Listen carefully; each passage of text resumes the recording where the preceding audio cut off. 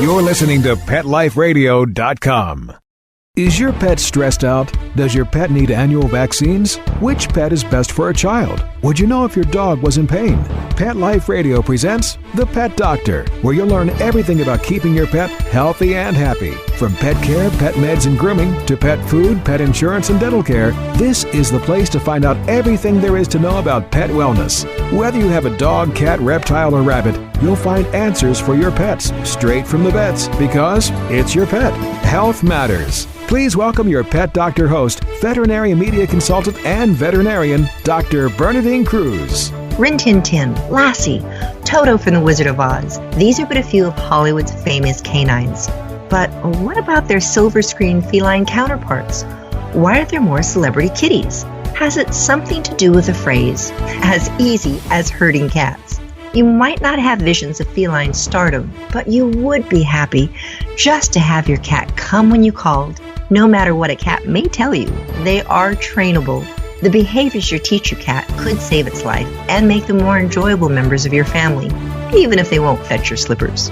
Ellie Ross is a Canadian animal behaviorist and trainer. She serves as a consultant for many governing bodies in Canada and the United States. She is the founder of Kitten Kindergarten and owner of Wag and Train Inc. in Kitchener, Ontario, Canada. We'll be right back after this short break. Please have a seat in the waiting room. The doctor will be with you shortly, right after these messages.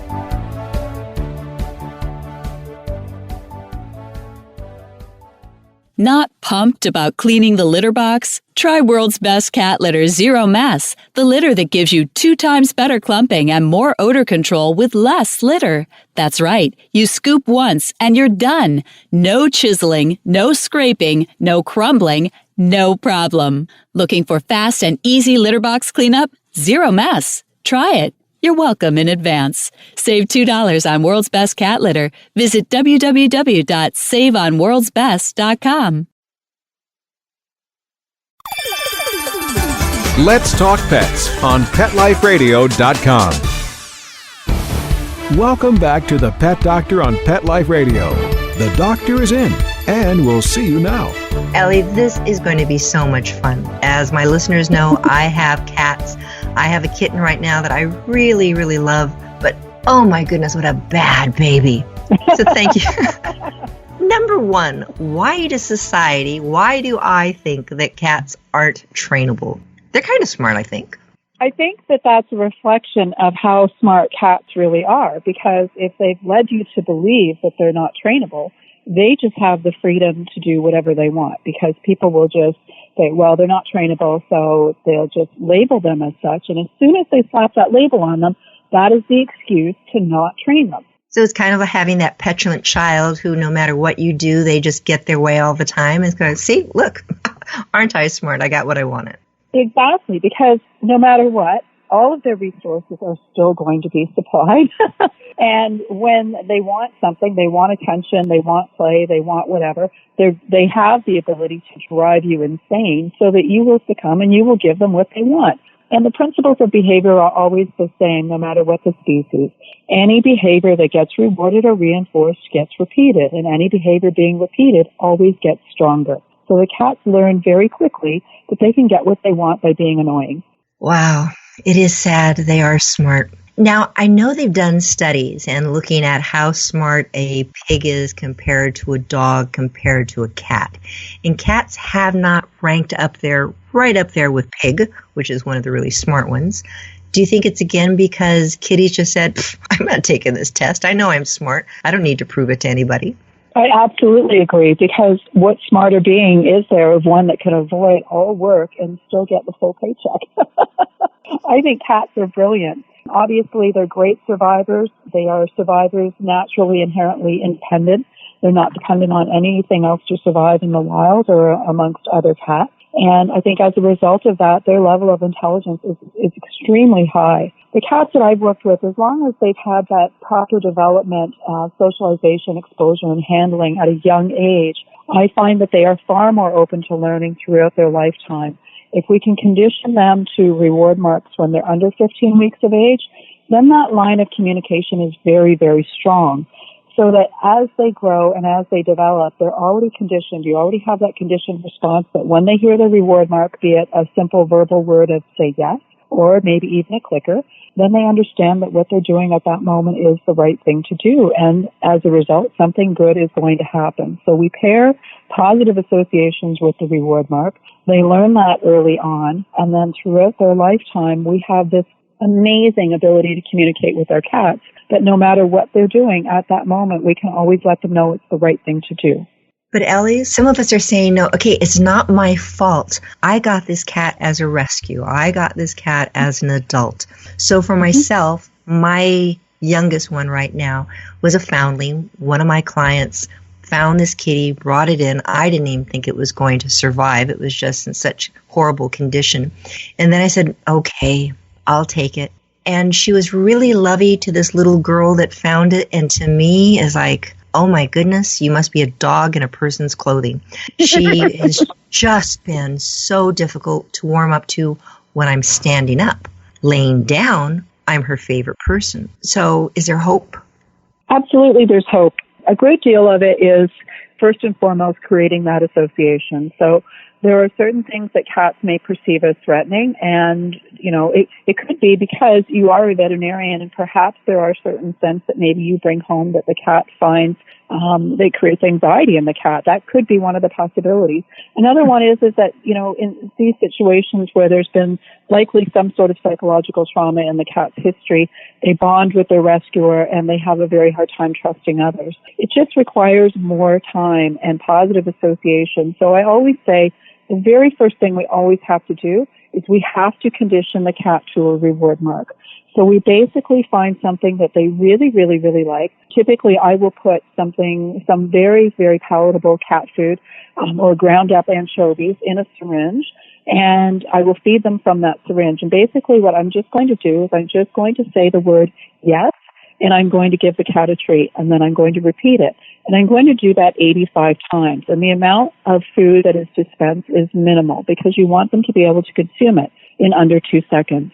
Once you've completed that session, the cat now has this association that when it hears the word yes, it knows something good is going to come. So we're trying to create a conditioned response that's no different than your name. If you're in a grocery store and you know that you're there by yourself, yet if you hear your name being called, you will turn and look. So that's the conditioned response that we're looking for when we're going to say the word yes or when we're going to use a clicker. I prefer using the word yes because I don't always have a clicker with me. Once we create that, then we start to realize, oh, I heard the reward mark. Something good is coming. And through the consistency and repetition of something good coming, a paired positive association with whatever the behavior is, then the cat starts to repeat that behavior. And as I said earlier, the principle of behavior will be that behavior will be repeated and it will get stronger. So in terms of liking you, you have to pair something positive with your presence, especially the presence of whatever the cat finds or develops anxiety over. So if your posture is triggering something in the cat, then you want to pair something more positive with that posture. Does that make sense? It totally makes sense, and kind of by happenstance and accident, I found out that my kitten likes whipped cream. So now in the refrigerator, I always have cans of whipped cream. Whenever I go into the kitchen, the kitty's right there, and she gets her little dollop of whipped cream, and she loves me, and then she scampers away. So I think I'm going to carry the whipped cream on my hip more often. Yes. Well, that's great that you've identified something that your kitten likes. But you have to be careful that now that the association isn't that when the fridge is opening. You want it to be associated predominantly with you, and I would fear that the cat is associating it with the refrigerator. I have a feeling you're probably right. So again, I'm just going to carry it on my hip with me wherever I go. What I find, Ellie, is interesting is that you really have a background in cognitive psychology and a degree in animal science from the University of Guelph. How did this now get you into, I know you started with dog training and elephant training and now cat training. It seems like a major jump from elephants to cats, or is there some kind of continuum there I'm just not seeing? I think the evolution of my transition into cats has been the fact that in all of my years of teaching dog training and behavior and conducting classes and lectures, I kept hearing people sneak the cat questions in. I kept having to sort of turn them away because the focus was on dogs and dog behavior. And I realized that there was such a desperate need, not just in my community, but in all communities, because this was happening everywhere that I went. And I found it really sad that the pet industry is lacking in terms of people available as resources to help people with these very common cat problems. And my time working with SPCAs in Canada and the United States, I found it incredibly sad how society disposes of cats in the numbers that they do. Cats don't seem to have the same value as dogs do, and society sees them far more as disposable. My belief is that if we can invest our time and education into cats and have cats that respond in ways that are much more in harmony with our homes and our expectations, and cats that now will not exhibit the same problem behaviors that have been experienced, that people will be more inclined to keep them. And also, they will miss them more if they should end up going missing. And I mean, you think about how many cats go stray, and the SPCA numbers obviously shows that number is very high as opposed to dogs. But how often do you see the lost cat posters versus the lost dog posters? The lost dog people tend to put more of an effort into seeking their companion versus the cat people. There are certainly cat people, I would never take that away from them, that they make the effort. But far more often, the number of cats gone missing is higher than dogs, but yet the effort goes towards the dogs. I want to change that. Ellie, I totally agree with you what you're saying about people putting so much more emphasis sometimes on dogs. I'll have clients that have dogs and cats, and they're bringing their dog in every time it seems to stub a toenail or it seems to be just off a little bit. And cats, the last time we saw this cat was 8 years ago, when it was a kitten, or we've never seen the cat before, but they really take good care of their dog. I think some of it is because dogs are much more demonstrative when they're not feeling good. Cats, I always tell people, when it feels good, what does a cat do? Sleep. And what does it do when it doesn't feel good? Sleep. Dogs are always wearing jewelry. They have their collars or their name tags, and they have to be licensed in probably 99% of the communities. Not so much with cats. And the number of times cats don't have identification collars on. Oh, it's totally an indoor cat. It never goes outside. And my response is earthquakes, fires, floods, in the vernacular, stuff happens. So many times this little pudgy cat, it's owned by somebody, but by whom? Even having microchips, which are awesome. Not all your neighbors are going to know that has a microchip. So having identification on your cat and dog at all times is important. And I think another thing that you mentioned is that cats are deemed to be disposable. I think some of it's because that perceived worth, because, I got it as a stray, I got it as a friend gave me the cat, I went to the grocery store and I came out with, instead of a head of lettuce, I got a cat in the front. So it was free. So they have not made that investment, and I think that makes a difference. That's absolutely. And I couldn't agree with you more about the microchipping. I wish everybody would microchip their pets.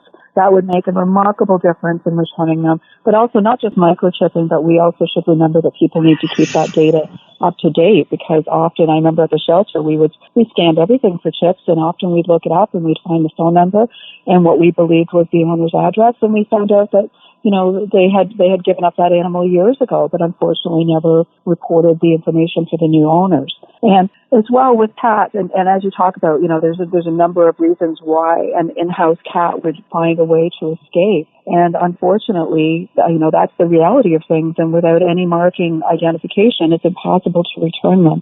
And I've seen this thousands upon thousands upon thousands of cats, and it's really, really, really disheartening. But when people have a cat, when I have worked with people, I had a family once that their daughter was horribly allergic to dogs, and she was devastated. They had to give up the family dog, and she really wanted to do agility. And so they got her a cat, and the child was not allergic to the cat, and the father built an entire miniature agility course. So they hired me to come in and help them teach the daughter, to teach the cat how to do all of these obstacles. And it was remarkable seeing how quick, and obviously cats are agile, but how quick the cat learned these obstacles, learned the commands, learned the body language. And their investment into this cat, and I don't mean monetary, but just time, And the perceived value of that cat as a member of the family absolutely skyrocketed. And the family told us that there had been no other pet, that the daughter actually was far more bonded with the cat than she had ever been bonded with their dog. And they were surprised by that the one key thing that they identified was the amount of training and education they had invested into their cat. So it doesn't necessarily just mean about the basic behaviors of maintaining a cat that will potty in the litter box and stay off the counter and not lick the butter dish, but also a cat that is fun, a cat that you can interactively play with and have expected responses from them. And I think that makes cat ownership or a family member being that much more enjoyable, and then therefore you're going to want to hang on to it. I have a feeling most of the listeners do know what an agility course is and typically think of dogs going through these weave poles where they're going back and forth between these upright poles and going through tunnels and over teeter-totters and A-frames. And the thought of a cat doing it's like, that's pretty good.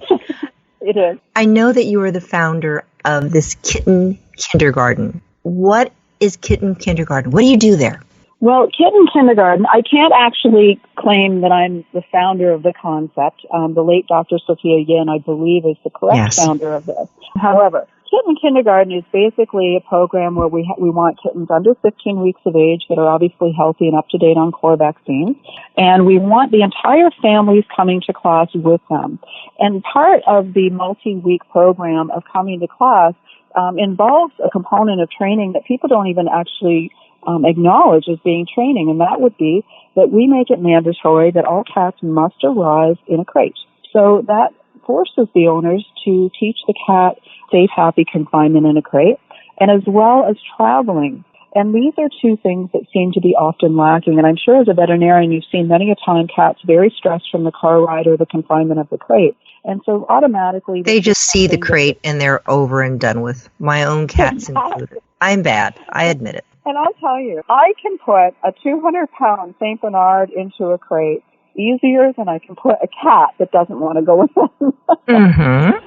So first and foremost, that's the first part of the training that occurs that's not acknowledged. But beyond that, we want to work on the social skills. We want to make sure that there's good bite inhibition because, later on in life or during, if play becomes rough, we want to make sure, just like dogs, that they have bite inhibition, that they learn not to break the skin, not to cause pain with their teeth. And when we take kittens away from litters at young ages, which is typically what we do, same with puppies, then the bite inhibition learning stops. They don't have the mother to discipline them anymore. They don't have their litter mates that will cease playing with them when play gets too rough. And people will often, as they do with their puppies, they'll make excuses, or he's just a kitten or he's teething. And it's never acceptable. So we wanted them to learn bite inhibition very, very early on. And as well, something that we see later in life with the senior cats is the feline cognitive dysfunction. And quite often they end up biting. Now, I would like to think, and this hasn't been proven yet, but I would like to think that this will make a difference in this problem when they get old, that the bite inhibition will stay. We also want them to have good handling skills and be able to be groomed safely for brushing, checking their teeth, their ears, their eyes, doing their toenails, all of these sorts of things, and as well bathing. If kittens are exposed to bathing at a young age, they seem to quite enjoy it and accept it willingly. And you're not trying to drown them. Exactly. Exactly. Well, this is wonderful, and I know you have lots more to say, but we do need to take a break because some people might need to use their litter box right now. So please come back after you use the litter box. We'll be right back after this short break. Please have a seat in the waiting room. The doctor will be with you shortly, right after these messages.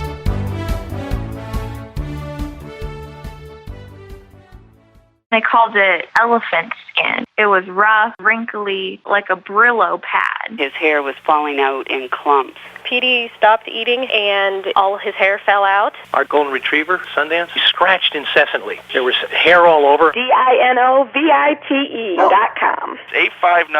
859-428-1000. The omega-3 fatty acids. Flaxseed, zinc, alfalfa. The digestive enzymes that are cooked out of regular dog food. Dinovite is nutrition. Within 2 weeks, the shedding slowed down to almost none. The scratching went away after a few days, and Sundance's coat was starting to get shiny and glossy. It's a 180 turnaround. His skin has cleared up. He's not in pain. If your dog has shedding, dry skin, excessive scratching, do the Dynavite.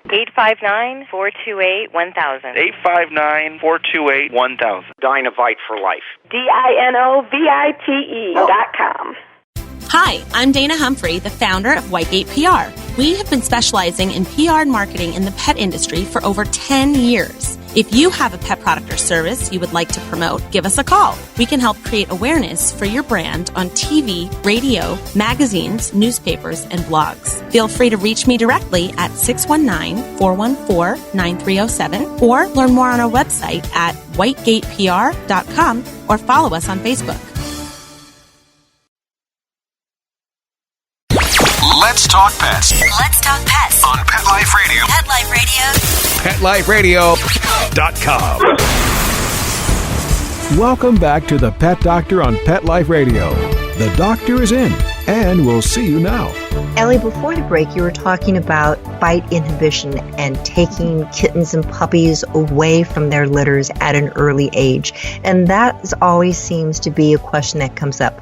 What is the best age to take that puppy or kitten and take it home? What is your views?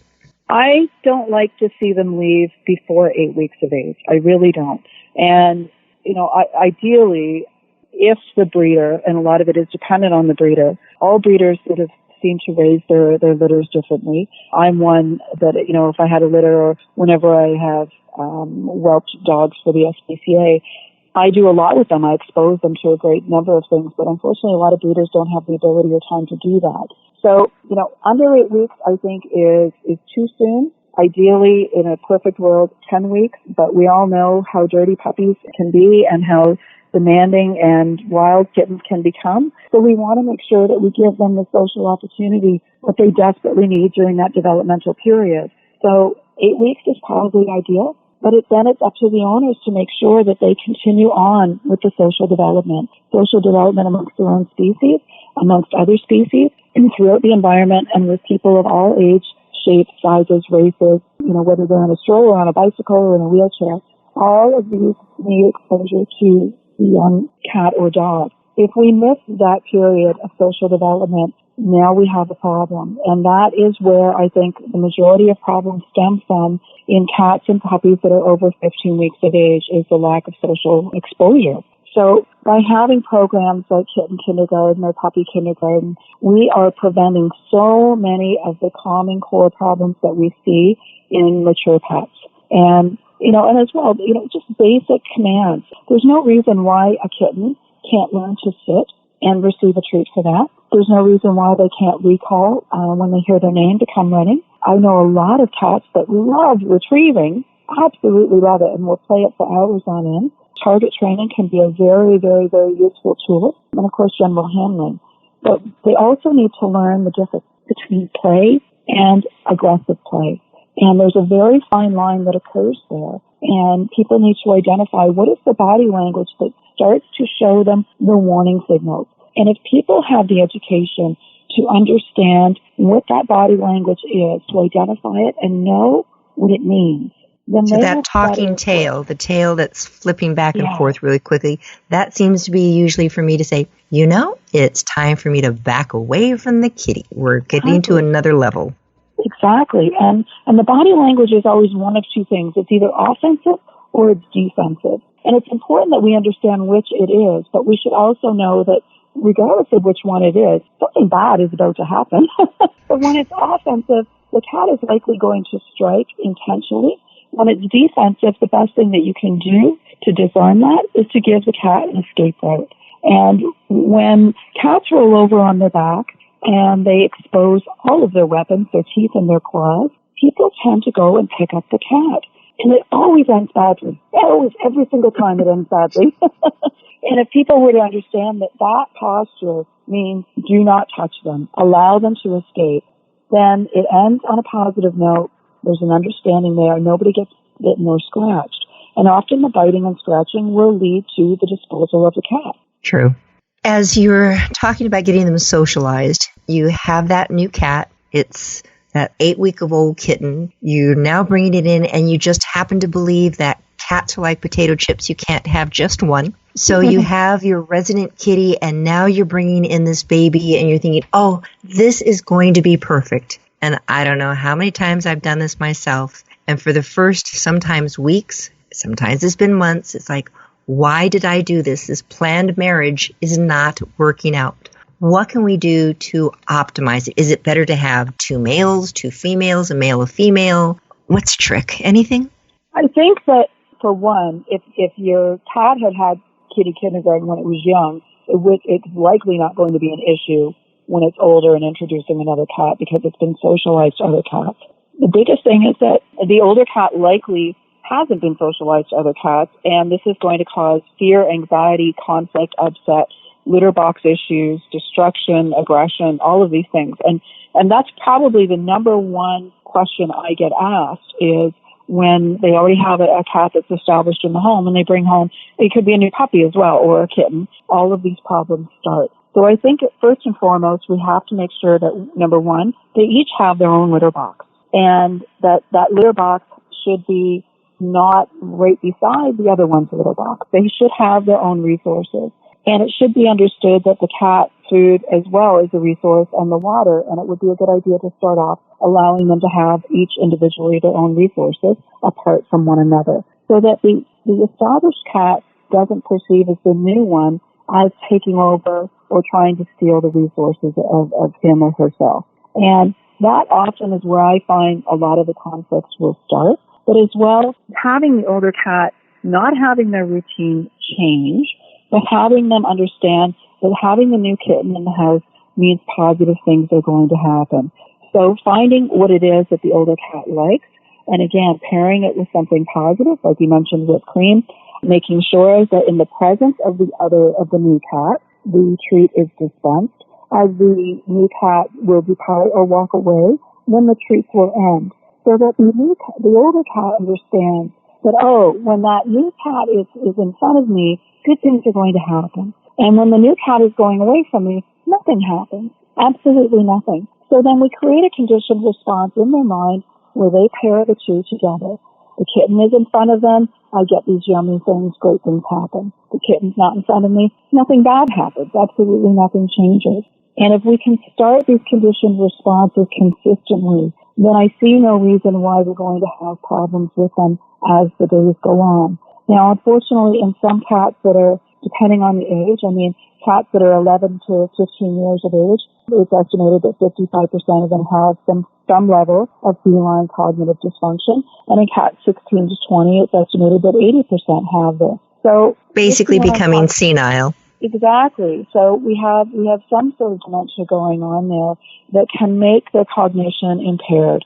And as a result, it can lead to anxiety, and anxiety will lead to aggression, and that aggression could be towards the kitten, or it could be redirected to you. So we have to take that into consideration. And I always tell people, if that is going on, first and foremost, talk to your vet, because it could be a treatable medical disorder. If once that's ruled out, or once treatment has occurred, then we work on the behavior component. But the fault that I see most people making is that because the new kitten is novel, most of the attention goes there, and that is the core of what starts the problems with the other cat. It's tough, and oftentimes we say, well, it had a kitty friend before, so what can be so different? There's a new kitty friend. It's like, well, you may have had a husband before, but this new guy is just, it ain't the same, and maybe they just never really did get along. It was a detente. Does it make a difference if it's going to be a male introduced to a female, 2 females together, 2 males? Does gender make a difference? I think that I think whether or not they're spayed or neutered, first and foremost, makes a difference. And I think that in terms of what is the best to get for your cat in terms of sex, I believe that 2 neutered males are likely to get along the best. Certainly the novelty of 2 males coming together, the initial can cause a disruption, but over time, they are, in my opinion, the ones to be most successful. 2 females are the ones most likely to fight. Not initially, but over time. Just my experience. Just something about women. I know how that can be sometimes. I know one of the biggest problems behaviorally why so many cats are taken to the shelter is because of litter box issues. Mm-hmm. Ellie, What are reviews? I know you've already said, you want to make sure you have enough resources. I've always heard there should be one litter box per cat plus one for the house. So having 2 cats should be 3 boxes, not all right next to each other. That's a heck of a lot of litter boxes. Come on now. What else can we do? There's a number of things we have to consider. So one is, of course, there's age-related issues. So, if it's an older arthritic cat, you don't want to have a litter box that has a high step into it. From a behavior component, cats always like to be able to feel that they can escape. So I see a lot of people making the mistake of getting these cat litter boxes that have a cover over them. Most cats generally don't like that because there's only one escape route. And for cats to have reduced anxiety or acceptance, they like to have a minimum of 2 escape routes. A lot of cats I find do not like the litters, the liners in the litter boxes, and they don't like unscented litter. So sometimes it's just a matter of, it could be plain. They don't like unscented litters? Oh, sorry, they don't like scented litter. Thank you. Thank you. That's what I thought. Okay. Yes. Mild to medium clumping litter, unscented, 1 to 2 inches deep, no deeper than that, kept clean, 1 per cat, and making sure the box is big enough. Sometimes a regular cat litter box is not large enough, and my preference is to go with those larger, those plastic sweater boxes. I find those to be an ideal height and an ideal size. Having familiar litter, don't change it up, or using what was used as a kitten.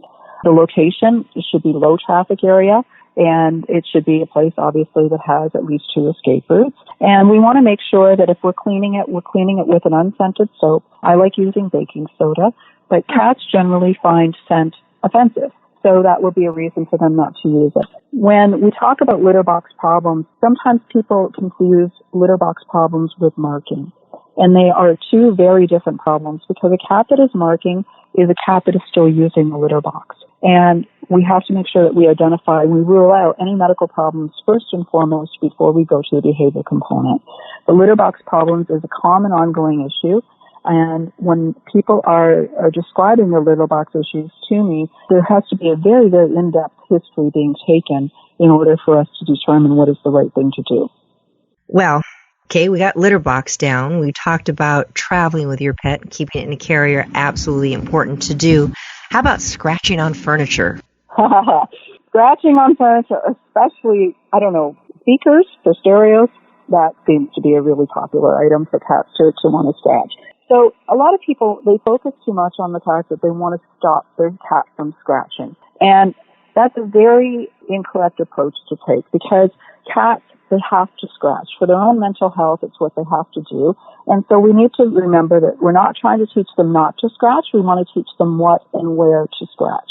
So sometimes cats already have their preferred items. And like I said, stereo speakers are a very popular one.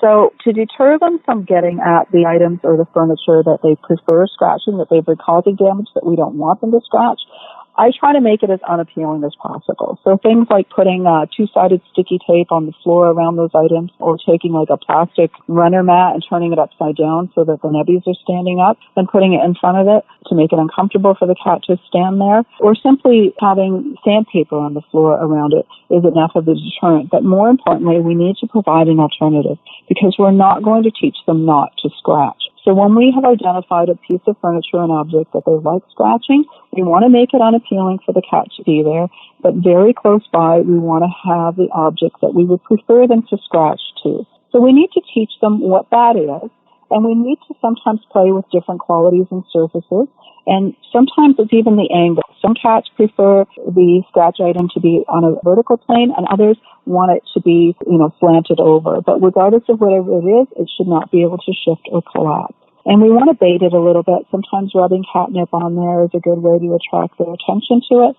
But one of the things I find, I live on a farm, so we have a lot of hay and therefore a lot of binder twine. And something I have had a lot of success with is simply taking the binder twine and wrapping it around the wood very, very, very, very tightly and making it a stable platform. And I find that cats are very attracted to that. The mistake that a lot of people will make is that once their cat's favorite scratch poster item starts to look ratty and torn, they dispose of it. And that's a very big mistake, because cats really like things that are somewhat torn up a little bit. And to remove it because it's visually unsightly is a big mistake, and then your cat is probably not going to go to the new one. It's probably going to go to the furniture. So we also want to place it. somewhere that's accessible. There's also the thing about using taps on the claws, and those will last about 4 to 6 weeks, and that's another alternative as well. And then they're just generally not causing any damage. But I tend not to suggest that to people, because when the caps do fall off, the cat has no education to understand what and where is appropriate to scratch. And so they'll just continue to scratch, and you're dependent on a device that's just preventing damage rather than educating. I think it's one of these things you're talking about. You finally get that kitty scratching post that you just love, and it's perfect, and it's kind of ratty looking, and they give it away. It's like having that favorite pair of jeans that your mom gave away when you went to school one day. It's like, really, Mom, that was my favorite. Mm-hmm. So you've mentioned all these things. We just have a few moments to just kind of wrap this up. So you have a cat that you've been training, you've taken it to kindergarten. You're really, really trying to get into its little brain, and it's just being bad, and you need to reprimand it. What are some safe ways, appropriate ways to reprimand your cat? A lot of people think that I find a lot of people, they turn to a water bottle, and that can be effective as an aversive for sure. However, the water bottle will always be associated with the person pulling the trigger, and therefore the cat associates it only with you, and therefore that behavior will now not be exhibited in your presence, because essentially what you've taught the cat is that behavior is not safe to do when you're there. But when you're not there, that behavior is safe to do. And we always have to remember that, of course, any behavior that is being reinforced is being repeated. So one should always ask themselves these questions. Am I adding to, or am I taking away from the behavior? So if it's, let's say the cat is on the counter and it's eating the butter, obviously the butter is enough of a reward for the cat to return. We have to make sure we manage the environment so that they don't develop these habits or learn that the butter is yummy to begin with. Because if you see the cat eating the butter and you spray them with the water bottle, the cat will then learn, oh, well, Mom's not in the kitchen, she can't see me, so it's safe to eat the butter. But when Mom's in the kitchen, I'll be a perfect angel and I won't eat the butter. It's much like speeding, right? We're going down the highway, we see a police officer, we don't speed. We know it's wrong, but we'll do it when they're not present. And when they're present, it'll modify our behavior, but it will not make the very behavior extinct. So we have to look at all of those different components before we can effectively deal with the behavior that we do not want. So sometimes if there has to be the use of an aversive, I think it's extremely important that it not be associated with people. So there's an item, it's called a scat can, and I find it extremely effective, and it's motion detected, and all it is compressed air. And you would have something like that on the counter so that it's not associated with anybody, and basically it would just spray the compressed air, and it's enough of an aversive to make the cat not want to go on the counter. And then you're not associating anything negative with the human beings in the home, and you're not hurting any sort of level of trust factor. That sounds like an awesome thing to do, and we have to train ourselves before we can train that cat. People can go to Ontario and go to your facility. Not everyone can do that. So if we can't make it up to Wag and Train, what else people can do for their kittens? I think people should hold kitten parties. I think that, if you're going to your local shelter to adopt a kitten, I think it would be a great idea to talk to whoever their program coordinator is there to arrange for kitten parties or kitten get-togethers, because often these are litters that are adopted out at the same time, and allow a sign-up sheet so that people can have the opportunity to get together and have contact information for one another, or even talk to your local shelter and encourage them to offer these types of programs. It's our goal to be able to teach the shelters locally here, and hopefully that will expand and gradually be something that becomes a mandatory part of all animal shelters adopting out cats and kittens, because it's such an important part of making the adoption successful. A lot of shelters now require people to take, puppy training classes, and I think that we're really, really missing out a lot in terms of a successful adoption by not asking them to do the same with kittens. Ellie Ross, thank you so much. I've learned a lot, and I know I'm going to be taking my whipped cream out of the kitchen.